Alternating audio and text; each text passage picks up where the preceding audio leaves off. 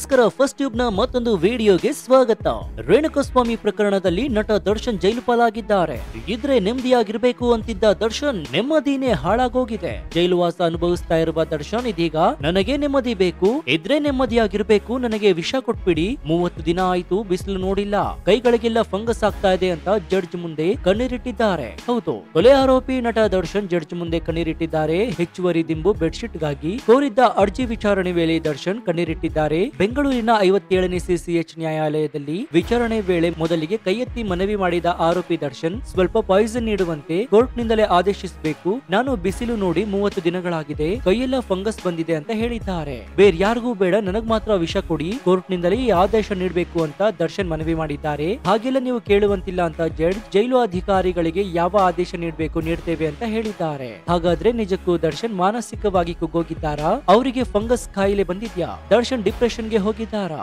ಇನ್ನು ಎಷ್ಟು ವರ್ಷ ದರ್ಶನ್ ಜೈಲಿನಲ್ಲಿ ಶಿಕ್ಷೆ ಅನುಭವಿಸಬೇಕು? ಈ ಎಲ್ಲಾ ಮಾಹಿತಿಯನ್ನ ಇವತ್ತಿನ ಈ ವಿಡಿಯೋದಲ್ಲಿ ನೋಡೋಣ. ಆದ್ರೆ ಅದಕ್ಕೂ ಮುನ್ನ ನಟ ದರ್ಶನ್ ರಿಲೀಸ್ ಆಗ್ಬೇಕಾ ಬೇಡ್ವಾ? ನಿಮ್ಗೇನ್ ಅನ್ಸುತ್ತೆ ಅಂತ ಕಮೆಂಟ್ ಮಾಡಿ ಹಾಗೂ ವಿಡಿಯೋಗೆ ಲೈಕ್ ಕೊಡಿ. ರೇಣುಕಾಸ್ವಾಮಿ ಕೊಲೆ ಪ್ರಕರಣದಲ್ಲಿ ಪರಪ್ಪನ ಅಗ್ರಹಾರ ಜೈಲಿನಲ್ಲಿರುವಂತಹ ನಟ ದರ್ಶನ್ ಅವರನ್ನ ಬಳ್ಳಾರಿ ಜೈಲಿಗೆ ಸ್ಥಳಾಂತರ ಮಾಡಲು ಕೋರ್ಟ್ ನಿರಾಕರಿಸಿದೆ. ಅಲ್ಲದೆ ಅವರು ಕೆಲವು ಬೇಡಿಕೆಗಳನ್ನ ಈಡೇರಿಸಲು ಸಮ್ಮತಿಯನ್ನ ನೀಡಿದ್ದು ಬಿಗ್ ರಿಲೀಫ್ ದೊರೆತಂತಾಗಿದೆ.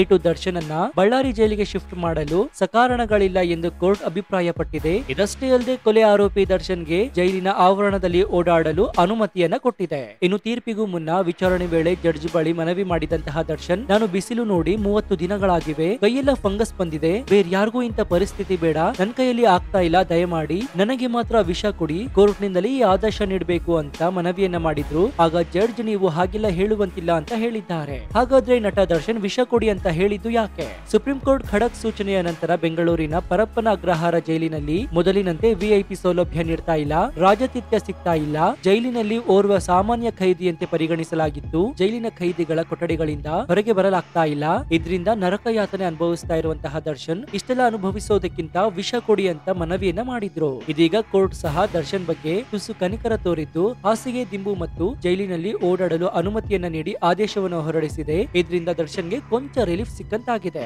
ಇನ್ನು ಇದೇ ವೇಳೆ ದರ್ಶನ್ ಅವರು ನೀಡ್ತಾ ಇರುವಂತಹ ಹೇಳಿಕೆ ಗಮನಿಸಿದ್ರೆ ಅವರ ಪ್ರಾಣಕ್ಕೆ ಅಪಾಯ ಇರಬಹುದು, ನಟ ದರ್ಶನ್ ಅವರಿಗೆ ಸೂಕ್ತ ಮನೋರೋಗ ಚಿಕಿತ್ಸೆ ಅಗತ್ಯವಿದೆ ಎಂದು ಮೈಸೂರಿನ ಮನೋರೋಗ ತಜ್ಞ ಡಾಕ್ಟರ್ ಅಭಿಜಿತ್ ಅನಗೋಡು ಅವರು ಹೇಳಿದ್ದಾರೆ. ಈ ರೀತಿ ಹೇಳಿರುವವರು ಆತ್ಮಹತ್ಯೆಗೆ ಯತ್ನಿಸಬಹುದು ಅಂತ ಮೈಸೂರಿನಲ್ಲಿ ಹಿರಿಯ ಮನೋರೋಗ ತಜ್ಞ ಡಾಕ್ಟರ್ ಅಭಿಜಿತ್ ಹನಗೋಡು ಅವರು ಹೇಳಿದ್ದಾರೆ. ನಟ ದರ್ಶನ್ ಅವರ ಹೇಳಿಕೆ ಗಮನಿಸಿದಾಗ ಜೈಲಿನಲ್ಲಿ ಅವರಿಗೆ ಕಿರುಕುಳ ಆಗ್ತಾ ಇರಬಹುದು, ಜೈಲಿನ ಮನೋರೋಗ ತಜ್ಞರಿಂದ ಚಿಕಿತ್ಸೆ ಅಗತ್ಯವಿದೆ, ಜೈಲಿನ ವಾತಾವರಣ ಅವರಿಗೆ ಈ ರೀತಿ ಹೇಳಿಕೆ ಹೇಳಿಸಲು ಕಾರಣವಾಗಿರಬಹುದು, ಮೊದಲು ಹಾಗೂ ಎರಡನೇ ಬಾರಿಗೂ ಈಗಿನ ಪರಿಸ್ಥಿತಿಗೂ ಅವರಿಗೆ ಭಿನ್ನತೆ ಇದೆ, ದರ್ಶನ್ ವಿಷ ಕೊಡಿ ಎಂದಿರುವುದರಿಂದ ಬೇಲ್ ಸಿಗುತ್ತೆ, ರಿಲ್ಯಾಕ್ಸ್ ಆಗುತ್ತೆ ಅಂತಲ್ಲ, ಅವರಿಗೆ ಜೈಲಿನೊಳಗೆ ಒಂದಷ್ಟು ಪ್ರತ್ಯೇಕ ಚಿಕಿತ್ಸೆಗೆ ಅವಕಾಶ ಸಿಗಬಹುದು ಅಂತ ಮನೋರೋಗ ತಜ್ಞ ಡಾಕ್ಟರ್ ಅಭಿಜಿತ್ ಹನಗೋಡ ಅವರು ಹೇಳಿದ್ದಾರೆ. ಇನ್ನು ದರ್ಶನ್ ಕಂಗಾಲಾಗೋದಕ್ಕೆ ಮುಖ್ಯ ಕಾರಣ ಏನಂದ್ರೆ ಅವರನ್ನ ಮತ್ತೆ ಬಳ್ಳಾರಿ ಜೈಲಿಗೆ ಶಿಫ್ಟ್ ಮಾಡಲಾಗುತ್ತೆ ಅಂತ ಹೇಳಲಾಗ್ತಾ ಇತ್ತು. ಕೋರ್ಟ್ ನಿಂದ ಏನ್ ಆದೇಶ ಬರುತ್ತೋ ಅಂತ ಟೆನ್ಷನ್ ಅಲ್ಲಿ ಇದ್ದಂತಹ ದರ್ಶನ್ಗೆ ಇದೀಗ ಬಿಗ್ ರಿಲೀಫ್ ಸಿಕ್ಕಂತಾಗಿದೆ. ಇದರ ನಡುವೆ ಕೋರ್ಟ್ ಜಿಲ್ಲಾಧಿಕಾರಿಗಳಿಗೆ ಈ ಒಂದು ಖಡಕ್ ಸೂಚನೆಯ ಮೂಲಕ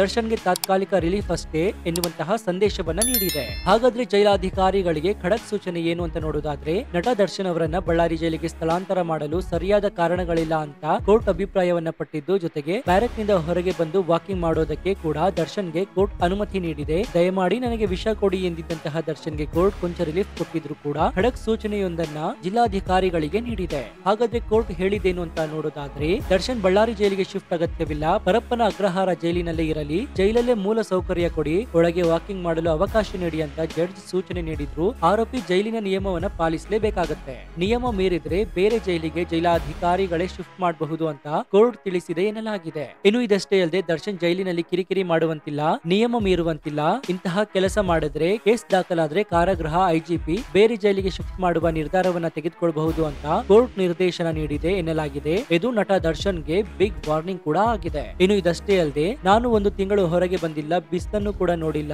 ಬಟ್ಟೆಗಳು ವಾಸನೆ ಬರ್ತಾ ಇದೆ, ಫಂಗಸ್ ಆಗ್ತಾ ಇದೆ ಅಂತ ದರ್ಶನ್ ಕೋರ್ಟ್ ಮುಂದೆ ಅಳಲು ತೋಡ್ಕೊಂಡಿದ್ದು, ಹೀಗಾಗಿ ಕೋರ್ಟ್ ನಟ ದರ್ಶನ್ಗೆ 5 ಜೊತೆ ಬಟ್ಟೆಯನ್ನು ನೀಡಲು ಸೂಚಿಸಿದೆ. ಹಾಗಾದ್ರೆ ಕೋರ್ಟ್ ನಲ್ಲಿ ವಾದ ಪ್ರತಿವಾದ ಹೇಗಿತ್ತು ಅಂತ ನೋಡೋದಾದ್ರೆ, ನಟ ದರ್ಶನ್ ಅವರನ್ನ ಬಳ್ಳಾರಿ ಜೈಲಿಗೆ ಶಿಫ್ಟ್ ಮಾಡೋದಕ್ಕೆ ಯಾವುದೇ ಸರಿಯಾದ ಕಾರಣಗಳಿಲ್ಲ ಅಂತ ಕೋರ್ಟ್ ಹೇಳಿದೆ. ಇನ್ನು ಇದೇ ವಿಚಾರವಾಗಿ ಆಕ್ಷೇಪಣೆ ನಿಲ್ಲಿಸಿ ವಾದ ಮಾಡಿದ ನಟನ ಪರ ವಕೀಲರು, ದರ್ಶನ್ ಸೆಲೆಬ್ರಿಟಿ ಆಗಿರುವುದರಿಂದ ಬೇಕೆಂದೇ ಹೆಚ್ಚು ಮುತುವರ್ಜಿ ವಹಿಸಿ ಶಿಫ್ಟ್ ಮಾಡಲು ಜೈಲು ಅಧಿಕಾರಿಗಳು ಪ್ರಶ್ನಿಸ್ತಾ ಇದ್ದಾರೆ ಅಂತ ಹೇಳಿದ್ರು. ದರ್ಶನ್ ಜೈಲು ಶಿಫ್ಟ್ ಅರ್ಜಿಗೆ ಪಾಯಿಂಟ್ ಟು ಪಾಯಿಂಟ್ ಇಟ್ಟು ಲಾಯರ್ ಆಕ್ಷೇಪಣೆ ಮಾಡಿದ್ರು. ಇನ್ನು 2024ರಲ್ಲಿ ನಟ ದರ್ಶನ್ ಅವರನ್ನ ಬಳ್ಳಾರಿಗೆ ಶಿಫ್ಟ್ ಮಾಡಲು ಅಂದು ಬೆಳಕಿಗೆ ಬಂದ ರಾಜಾತಿಥ್ಯ ಕಾರಣವಾಗಿತ್ತು. ರೌಡಿ ಶೀಟರ್ ಗಳ ಜೊತೆ ಸೇರಿದ್ದರು ಅಂತ ಶಿಫ್ಟ್ ಮಾಡಿದ್ರು. ಇನ್ನು ಈ ಸಮಯದಲ್ಲಿ ಕೇವಲ ಆರೋಪಿಗಳ ಮೇಲೆ ಮಾತ್ರ ಕೇಸ್ ಆಗಿಲ್ಲ, ಜೈಲಾಧಿಕಾರಿಗಳ ಮೇಲೆಯೂ ಕೇಸ್ ಆಗಿತ್ತು. ಅದು ಮುಚ್ಚಿಟ್ಟಿದ್ದೀರಿ, ಇದು ಬೇಲಿಯೇ ಎದ್ದು ಹೊಲ ಮೇಯ್ದಂತೆ ಅಂತ ಹೇಳಿದ್ದಾರೆ. ಇನ್ನು 2024ರ ಆಗಸ್ಟ್ 23ರಂದು ಸಿಸಿಬಿ ರೇಡ್ ಮಾಡಿತ್ತು. ಆಗ ಜೈಲಿನ ಅಧಿಕಾರಿಗಳೇ ಕೆಲ ವಸ್ತುಗಳನ್ನ ಒಳಗೆ ಸಪ್ಲೈ ಮಾಡಿರುವುದು ಬೆಳಕಿಗೆ ಬಂದಿದೆ. ಈ ಆರೋಪದಲ್ಲಿ ಕೆಲ ಜೈಲಾಧಿಕಾರಿಗಳು ಅಮಾನತು ಆಗಿದ್ದಾರೆ. ದರ್ಶನ್ ಜೊತೆ ಕಾಣಿಸಿಕೊಂಡವರ ಕೇಸ್ಗೆ ಹೈಕೋರ್ಟ್ ಸ್ಟೇ ಕೊಟ್ಟಿದೆ ಅಂತ ಹೇಳಿದ್ದಾರೆ. ಇನ್ನು ಸೆಂಟ್ರಲ್ ಜೈಲಿನಲ್ಲಿ ಸಾವಿರಾರು ಕೈದಿಗಳಿದ್ದಾರೆ,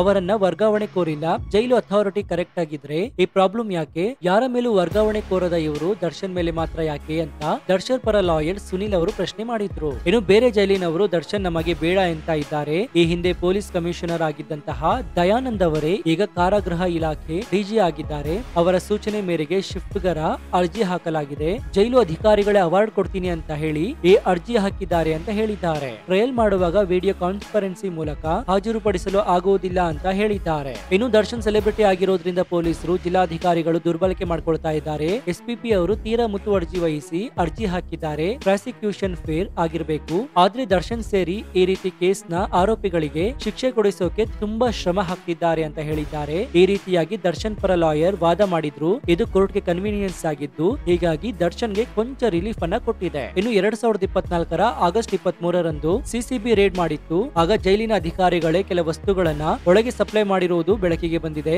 ಈ ಆರೋಪದಲ್ಲಿ ಕೆಲ ಜೈಲಾಧಿಕಾರಿಗಳು ಅಮಾನತು ಆಗಿದ್ದಾರೆ. ದರ್ಶನ್ ಜೊತೆ ಕಾಣಿಸಿಕೊಂಡವರ ಕೇಸ್ಗೆ ಹೈಕೋರ್ಟ್ ಸ್ಟೇ ಕೊಟ್ಟಿದೆ ಅಂತ ಹೇಳಿದ್ದಾರೆ. ಇನ್ನು ಸೆಂಟ್ರಲ್ ಜೈಲಿನಲ್ಲಿ ಸಾವಿರಾರು ಕೈದಿಗಳಿದ್ದಾರೆ, ಅವರನ್ನ ವರ್ಗಾವಣೆ ಕೋರಿಲ್ಲ. ಜೈಲು ಅಥಾರಿಟಿ ಕರೆಕ್ಟ್ ಆಗಿದ್ರೆ ಈ ಪ್ರಾಬ್ಲಮ್ ಯಾಕೆ? ಯಾರ ಮೇಲೂ ವರ್ಗಾವಣೆ ಕೋರದ ಇವರು ದರ್ಶನ್ ಮೇಲೆ ಮಾತ್ರ ಯಾಕೆ ಅಂತ ದರ್ಶನ್ ಪರ ಲಾಯರ್ ಸುನಿಲ್ ಅವರು ಪ್ರಶ್ನೆ ಮಾಡಿದ್ರು. ಇನ್ನು ಬೇರೆ ಜೈಲಿನವರು ದರ್ಶನ್ ನಮಗೆ ಬೇಡ ಅಂತ ಇದ್ದಾರೆ. ಈ ಹಿಂದೆ ಪೊಲೀಸ್ ಕಮಿಷನರ್ ಆಗಿದ್ದಂತಹ ದಯಾನಂದ್ ಅವರೇ ಈಗ ಕಾರಾಗೃಹ ಇಲಾಖೆ ಡಿಜಿ ಆಗಿದ್ದಾರೆ. ಅವರ ಸೂಚನೆ ಮೇರೆಗೆ ಶಿಫ್ಟ್ಗರ ಅರ್ಜಿ ಹಾಕಲಾಗಿದೆ. ಜೈಲು ಅಧಿಕಾರಿಗಳೇ ಅವಾರ್ಡ್ ಕೊಡ್ತೀನಿ ಅಂತ ಹೇಳಿ ಈ ಅರ್ಜಿ ಹಾಕಿದ್ದಾರೆ ಅಂತ ಹೇಳಿದ್ದಾರೆ. ಟ್ರಯಲ್ ಮಾಡುವಾಗ ವಿಡಿಯೋ ಕಾನ್ಫರೆನ್ಸಿ ಮೂಲಕ ಹಾಜರುಪಡಿಸಲು ಆಗುವುದಿಲ್ಲ ಅಂತ ಹೇಳಿದ್ದಾರೆ. ಇನ್ನು ದರ್ಶನ್ ಸೆಲೆಬ್ರಿಟಿ ಆಗಿರೋದ್ರಿಂದ ಪೊಲೀಸರು ಜಿಲ್ಲಾಧಿಕಾರಿಗಳು ದುರ್ಬಳಕೆ ಮಾಡ್ಕೊಳ್ತಾ ಇದ್ದಾರೆ. ಎಸ್ಪಿಪಿ ಅವರು ತೀರಾ ಮುತುವರ್ಜಿ ವಹಿಸಿ ಅರ್ಜಿ ಹಾಕಿದ್ದಾರೆ. ಪ್ರಾಸಿಕ್ಯೂಷನ್ ಫೇರ್ ಆಗಿರಬೇಕು. ಆದ್ರೆ ದರ್ಶನ್ ಸೇರಿ ಈ ರೀತಿ ಕೇಸ್ ನ ಆರೋಪಿಗಳಿಗೆ ಶಿಕ್ಷೆ ಕೊಡಿಸೋಕೆ ತುಂಬಾ ಶ್ರಮ ಹಾಕ್ತಿದ್ದಾರೆ ಅಂತ ಹೇಳಿದ್ದಾರೆ. ಈ ರೀತಿಯಾಗಿ ದರ್ಶನ್ ಪರ ಲಾಯರ್ ವಾದ ಮಾಡಿದ್ರು. ಇದು ಕೋರ್ಟ್ಗೆ ಕನ್ವೀನಿಯನ್ಸ್ ಆಗಿದ್ದು, ಹೀಗಾಗಿ ದರ್ಶನ್ಗೆ ಕೊಂಚ ರಿಲೀಫ್ ಅನ್ನ ಕೊಟ್ಟಿದೆ. ಒಟ್ಟಾರೆಯಾಗಿ ನಟ ದರ್ಶನ್ ಜೈಲಿನಲ್ಲಿ ನರಕ ಯಾತನೆಯನ್ನ ಅನುಭವಿಸ್ತಾ ಇದ್ದಾರೆ ಅನ್ನೋದು ಕೂಡ ಸ್ಪಷ್ಟವಾಗ್ತಾ ಇದೆ. ಹೀಗಾಗಿ ಅವರು ಮಾನಸಿಕವಾಗಿ ಅಸ್ವಸ್ಥರಾಗ್ತಾ ಇದ್ದಾರಾ